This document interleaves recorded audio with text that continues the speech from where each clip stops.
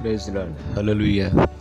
క్రీస్తునందు ప్రియమైన సహోదరి సహోదరులారా, మన ప్రభువైన యేసుక్రీస్తు నామములో కింగ్డమ్ ఆఫ్ హెవెన్ మినిస్ట్రీస్ తరపున మీ అందరికీ శుభములు తెలియజేస్తున్నామండి. దేవుడు మనల్ని అందరినీ ప్రేమిస్తున్నాడు. దానికి నిదర్శనం మనందరం సజీవులుగా ఉన్నాం. హల్లెలూయా. గనులైన వారు, ఘనత వహించిన వారు కాలగర్భములో కలిసిపోగా ఎన్నిక లేని మనల్ని సజీవులుగా దేశంలో మనల్ని నిలిపినందుకు దేవునికి స్తోత్రం చేస్తామండి. హల్లెలూయా.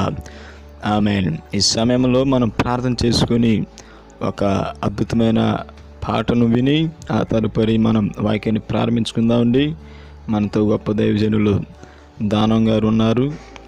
ఆయన ఉద్యోగ ప్రసంగికులు, అలానే ఆయన గొప్ప గాయకుడు కూడా. ఈరోజు మరి ఆయన ఒక అద్భుతమైన పాటను మనం వినబోతున్నాం. ఈ సమయంలో ప్రార్థన చేసుకొని మనం ఒక ఆత్మీయ గీతాన్ని విని ఆ తదుపరి మనం వాక్యాన్ని ప్రారంభించుకుందామండి. పరిశుద్ధుడైన తండ్రి, మీ ఘనమైన నామానికి స్తోత్రం చెల్లిస్తాం తండ్రి. అబ్రహాము, ఇస్సాకు, యాకోబులకు దేవ, మీరు మా మధ్యలో ఆత్మస్వరూపులై ఉన్న విధానంకై స్తోత్రం చెల్లిస్తాం తండ్రి. ఈ సమయంలో నాయన మీరు మహిమ, ఘనత, ప్రభావం మీరు వహించండి. పాటను బట్టి స్తోత్రం నాయన. దీవించండి, ఆశీర్వదించండి. స్వరాలను మీరు అభిషేకించండి నాయన. అందరి మనసులోకి నాయన పాటలు వినడానికి సహాయం చేయండి. అలాగే తండ్రి వాక్య సందేశాన్ని బట్టి స్తోత్రం. ఏ బిడ్డ నాయన పాపం చేయకుండా తండ్రి అని ఎదుటి నాయన పవిత్రంగా నేను ఆరాధించే కృపను మాకు అనుగ్రహించండి. ఈ ప్రార్థనలకు వ్యతిరేకంగా రూపించబడిన ఏ ఆయుధము వర్ధిల్ల నాయన మీరే మహిమ, ఘనత, ప్రభావం నిర్వహించమని యేసయ్య నామములో అడుగుతున్నాము తండ్రి. Amen, amen, amen. హల్లెలూయా. ఈ సమయంలో మనం ఆత్మీయ గీతం విందామండి. ఆ తదుపరి మనం వాక్యాన్ని ప్రారంభించుకుందాం. Praise lord. ఆత్మతో సత్యముతో ఆరాధింతుము, ఆత్మతో సత్యముతో ఆరాధింతుము. పూజనీయుడు, బహుకీర్తనీయుడు, పరిశుద్ధుడు, స్తుతికి పాత్రుడు. పూజనీయుడు, బహుకీర్తనీయుడు, పరిశుద్ధుడు, స్తుతికి పాత్రుడు. ఆత్మస్వరూపియగు యెహోవా దేవుని ఆత్మతో సత్యముతో ఆరాధింతుము, ఆత్మతో సత్యముతో ఆరాధింతుము. సర్వ సృష్టికి సొంతవాడాయని, సర్వజనులకు తండ్రియు ఆయనే. సర్వ సృష్టికి సొంతవాడాయని, సర్వజనులకు తండ్రియు ఆయనే. సకల ఆశీర్వాదములకు కర్తయు, సకల ఆశీర్వాదములకు కర్తయు.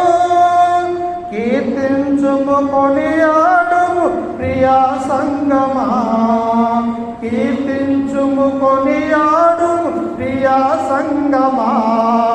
పూజనీయుడు, బహుకీర్తనీయుడు, పరిశుద్ధుడు, స్తుతికి పాత్రుడు.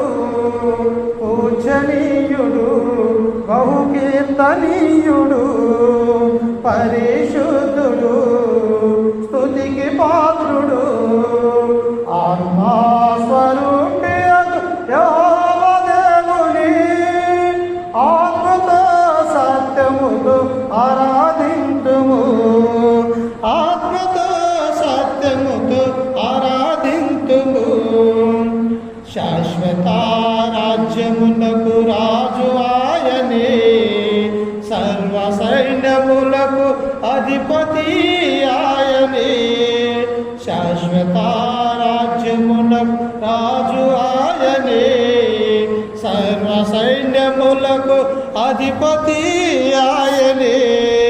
సాటిలేని నిత్యుడైన సత్యదేవుని, సాటిలేని నిత్యుడైన సత్యదేవుని స్తోత్ర గీతముల్ పాడుమో సంగమా, స్తోత్ర గీతముల్ పాడుమో సంగమా.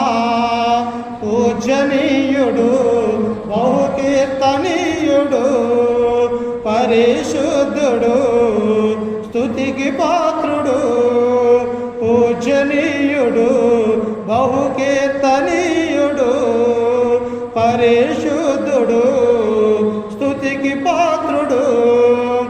ఆత్మస్వరూపియగు యెహోవా దేవుని ఆత్మతో సత్యముతో ఆరాధింతుము. ఆత్మతో సత్యముతో ఆరాధింతుము. దారి తప్పి దూరస్తులమైన మనలను క్రీస్తునందు సమీపస్తులను చేసెను. దారి తప్పి దూరస్తులమైన మనలను క్రీస్తునందు సమీపస్తులను చేసెను.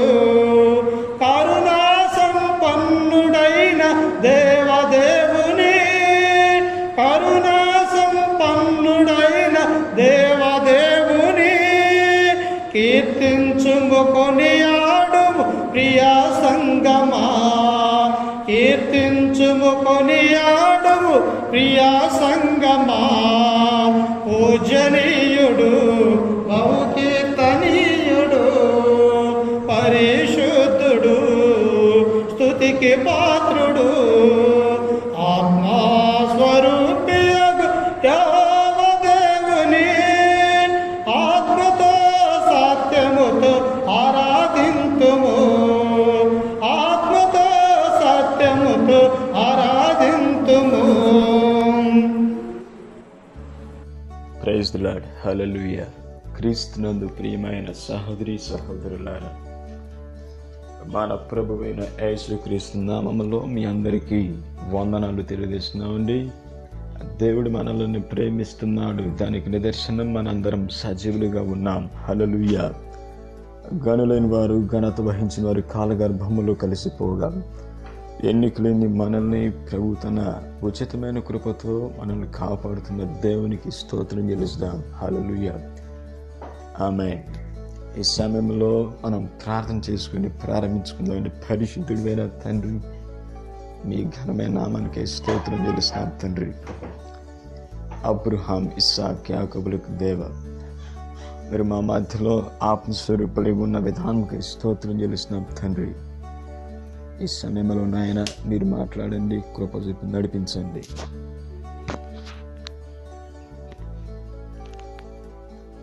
మీరే సకల సమస్త మహిమ ఘనత ప్రభావాలు నిర్వహించమని యేసయ్య నామములో అడుగుతున్నాం తండ్రి. ఆమేన్.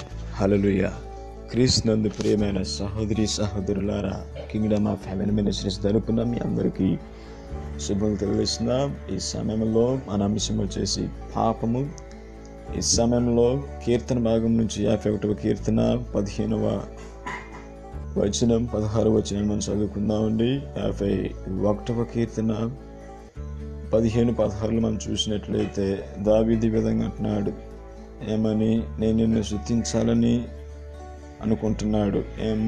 ఎందుకు ఆయన ఈ కీర్తనలో చూసినట్లయితే ఆయన దేవుని స్తుతించాలి, దేవుని ఆరాధించాలి అనుకుంటున్నాడు. కానీ అతనికి అడ్డుపడుతుంది. అదేంటో తెలుసా? ఆయన చేసిన పాపము. దేవుని ఆరాధించేటప్పుడు ఆత్మతోనూ సైతంతోనూ మనం వినాలి. హల్లెలూయా. అందుకే ముందు ఒక గొప్ప దైవజనుడు ఒక పాట పాడారు. ఆత్మస్వరూపియగు యెహోవా దేవుని పూర్వదినాలలో గొప్ప గొప్ప దైవజనులు ఈ అద్భుతమైన కీర్తన రాశారు. ఈరోజు ఆ కీర్తనని మా అన్నయ్య దానం గారు ఈరోజు పాడారు. అది మనం ముందుగానే విన్నాం. అయితే ఇక్కడ దావీదు కీర్తనలో ఏమని ఉంది? ఇక్కడ ప్రభువా, నా నోరుని నీ స్తుతిని ప్రశ్నించినట్లు నా పెదవులను తెరువుము. నీవు బలిని కోరువాడవు కావు, కోరేండలా నేను అర్పించుదును, దహన బలి నీకు ఇష్టమైనది కాదని ఇక్కడ 51వ కీర్తనలో తెలియజేస్తున్నాం. దేవుని సన్నిధిలో మనం పాటలు పాడుతున్నప్పుడు ఆత్మలో పరవశించిపోవాలి. మనయ్య పాడిన పాట మ్యాక్సిమం ఒక రోజంతా విన్నా కానీ అది ఇంకా వినాలనిపిస్తుంది. అంత మాధుర్యంగా ఆ పాట ఉందంటే దేవుని కృప. హల్లెలూయా. అయితే ఇక్కడ ఏమని మనం తెలుసుకుంటున్నాం అంటే, దేవుని స్తుతించడం కోసం మన పెదవులు విప్పడం కూడా ఆయన ఉచితమైన కృప మాత్రమే. నీవు బలిని కోరువాడువు కావు అని ఇక్కడ మనం చూస్తాం. పాత నిబంధన కాలంలో బలులు ప్రవేశపెట్టింది దేవుడు, కాని దేవుడు అంటున్నాడు నువ్వు బలిని కోరువాడు కావు. ఏది నిజం? రెండు నిజమే. బలులు ప్రవేశపెట్టింది ఎప్పుడో తెలుసా? ధర్మశాస్త్రంలో కనిపెట్టారు. అనగా ఇశ్రాయేలీయులు పాపం చేసినప్పుడు వారు పాపం చేయకుండా, వారు దోషం చేయకుండా, అపరాధములు చేయకుండా దేవుడు వాళ్ళకు చట్టం ఇచ్చాడు. ఆ చట్టమే ధర్మశాస్త్రం. అయితే ఈ ధర్మశాస్త్రంలో పాపం చేస్తూ మొదలుపెట్టినప్పుడు వాళ్ళు ఏం చేస్తున్నారంటే అది అప్ అండ్ డౌన్గా అయిపోతుంది. పాపం చేయటం, బలర్పించడం, పాపం చేయటం, బలర్పించడం. ఇదే కాదు, కానీ మానవులు విముక్తి చేయడానికి అతి త్వరలోనే ఒక మహాయాజకుడు రాబోతున్నాడు, మహాదేవుడి భూమి మీదకి రాబోతున్నాడు అనేది మనం తెలుసుకోవాలి. ఆ వచ్చిన వాడు ఎవరో కాదు, ఆయనే యేసు ప్రభువు. హల్లెలూయా.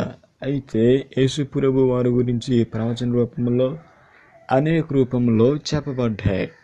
దేవుడు కోరుకుంటుంది ఏంటో తెలుసా? ఆయన బలుని కోరట్లేదు, కానీ విరిగి నలిగిన హృదయాన్ని కోరుతున్నాడు. స్వచ్ఛమైన మనసును ఆయన కోరుతున్నాడు. స్వచ్ఛమైన పెదవులతో, స్వచ్ఛమైన హృదయంతో నీవు దేవుణ్ణి ఎప్పుడైతే నువ్వు స్తుతిస్తావో అప్పుడు దేవుని సన్నిధి నుండి నీవు జవాబును పొందుకుంటావు. ఆ పాపము నుండి మనల్ని విముక్తి పడుతూ ఉంటుంది. మనం పాపం చేస్తూ దానిని ఒప్పుకోకుండా మనం ప్రార్థన చేసామనుకోండి, దేవుని ఆరాధించలేము. పాపం చేస్తే దేవుని ఆరాధించలేము, దేవుని సన్నిధిని అనుభవించలేము. పాపం చేస్తూ దేవునికి ఏ మాత్రము మనం సమీపించలేమండి. మొదటిగా మనం పాపులమైన మనల్ని ప్రభు మనల్ని ఏం చేశాడు? పవిత్రపరిచాడు. పవిత్రపరిచినంత మాత్రాన అందరూ పవిత్రంగా ఉన్నారా? లేదు. ఏదో ఒక రకంగా మనిషి పాపములు పడుతున్నాడు. పాపం అనేది ముందు మన కోరిక తీరుస్తుంది, ఆ తర్వాత మనల్ని చంపుతుంది. హల్లెలూయా. అయితే ఎప్పుడైనా సరే మనం దేవుని సన్నిధిలో విరిగి నలుగు మనం ఆరాధించినప్పుడు మొదటిగా మన పాపములను మనం ఒప్పుకున్నప్పుడు అప్పుడు ఆ పాపానికి ప్రాయశ్చిత్తం కలుగుతుంది.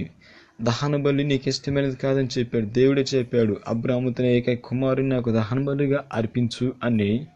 దహన బలి నీకు ఇష్టమైనది కాదని దావీదు అంటున్నాడు. హల్లెలూయా. వీటి గురించి వివరించాలంటే 3-4 గంటలు పడుతుంది. కావున ఈ షార్ట్ మెసేజ్లు కావున మీరు అందరికీ అర్థమయ్యే రీతిలో క్లుప్తంగా వివరిస్తున్నాను. అందరూ పెద్ద మనసుతో వినండి. వీడు చెప్తే మనం వినాలా అన్న కోవలో మనం వింటే అవి ఎప్పటికీ మన మనసులోకి దూరి క్రియేట్ చేయవు. దేవుడు మనల్ని ఆత్మలోకి పెంపించడండి. ఎవరు మాట్లాడుతున్నా దేవుడే మాట్లాడుతున్నాడు అన్న సత్యంతో మనం ఎప్పుడైతే వాక్యాన్ని వింటామో అప్పుడు దేవుడు మనల్ని సంధిస్తాడు, మనల్ని దీవిస్తాడండి. హల్లెలూయా. అయితే దేవుడే దహన బలి కోరింది అబ్రాహాము విశ్వాసాన్ని పరీక్షించడం కోసం. అయితే ఒకవేళ దహన బలి ఆయనకి ఇష్టమైతే అబ్రాహాము దేవుడు అడ్డగించేవాడు కాదు కదా. కట్టెలు, నిప్పులు మొత్తాన్ని పేర్చా బలి పశువుగా ఇస్సాకును వధించి లోపే అబ్రామ ఆగని ఆయన చెప్పినప్పుడు దేవుడు వాటిని కోరతాడా? నెవర్. కోరట్లేదు ఆయన. హల్లెలూయా. అది ఒక నిబంధన మాత్రమే, ఒక విశ్వాసానికి ఒక పరీక్ష మాత్రమే. మనం చదువుకున్నప్పుడు మనం ప్రమోట్ కావాలంటే మనం ఏం చేయాలి? ఎగ్జామ్స్ రాయాలి, అనగా పరీక్షలు ఎదుర్కోవాలి. విశ్వాస యాత్రలో మనం సాగుతున్నప్పుడు అనేకమైన ఆటంకాలు అనే పరీక్షలు మనకు వస్తాయి. వాటిని మనం జయించాలి. హల్లెలూయా. వీటిని జయించాలంటే మనం బాగా చదువుకోవాలి, అనగా ఆత్మీయతలో బాగా ఎదగాలి, బాగా దేవుని ఆరాధించాలి. అయితే మనం ఆరాధనకి అడ్డుపడుతుంది ఏంటో తెలుసా? పాపం. ఈ పాపాన్ని మనం ఎప్పుడైతే విడిచిపెడతామో అప్పుడు దేవుని మనం మనస్ఫూర్తిగా ఆరాధిస్తాం. హల్లెలూయా. దేవుని ఆరాధించేవారు ఆత్మతోను సత్యంతో ఆరాధించాలి, కానీ మనసులో కపటము, మనసులో పాపము, మనసులో ద్వేషము పెట్టుకొని ఆరాధించకూడదు. ప్రియ దేవుని బిడ్డలారా, హల్లెలూయా. దేవుని ఆరాధించాలంటే నీకున్న సమస్యని యేసు నామములో ప్రభు సన్నిధిలో వాటిని ఒప్పుకోండి. మనకి ఎప్పుడైతే పాపాలను ఒప్పుకుంటామో సాతానుగాడు బలహీనమైపోతాడు. వాడిని ఎదిరించే శక్తిని దేవుడు మనకు అనుగ్రహిస్తాడు. హల్లెలూయా. నీకోసం ఆయనే బలు పశువుగా మారాడు. ఆయన నీకోసం రక్తాన్ని చిందించాడు. ఆయన నీకోసం పరలోకాన్ని సిద్ధపరిచాడు. అయితే పరలోకానికి గమ్యస్థానం మనం చేరుకోలేకపోతున్నామంటే దానికి కారణం ఏంటో తెలుసా? మన పాపమే. ఈ సమయమే మన పాపాలను మనం ఒప్పుకుందాం. ప్రభు సన్నిధిలో ఆయన రక్తాన్ని మనం ఆశ్రయించి శుద్ధీకరించుకుందామండి. హల్లెలూయా. ఈ సమయంలో ప్రార్థన చేసుకుందామండి. పరిశుద్ధుడైన తండ్రి, మీ ఘనమైన నామానికై స్తోత్రం చెల్లిస్తున్నాం తండ్రి. అబ్రహాం, ఇస్సాకు, యాకోబుల యొక్క దేవ, మీరు మా మధ్యలో ఆత్మస్వరూపులై ఉన్న విధానంకై స్తోత్రం చెల్లిస్తున్నాం తండ్రి. ఎంతవరకు నాయన మీరు మాతో మాట్లాడినందుకు స్తోత్రం. దీవించండి, ఆశీర్వదించండి, కృప చూపి నడిపించండి నాయన. ఎంతవరకు తండ్రి మీరు అద్భుతమైన వాక్యంతో మాతో మాట్లాడినందుకు స్తోత్రం.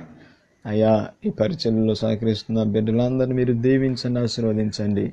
అయ్యా, దానం బ్రదర్ బట్టి స్తోత్రం. మంచి గాత్రం ఇచ్చినందుకు స్తోత్రం. నీ బిడ్డను కూడా మీరు దీవించి ఆశీర్వదించి కృప చూపి నడిపించమని యేసయ్య నామములో అడుగుతున్నాం తండ్రి. Amen, amen, amen. దేవుడు మీ అందరినీ దీవించి ఆశీర్వదించును గాక. God bless you all. Amen, amen.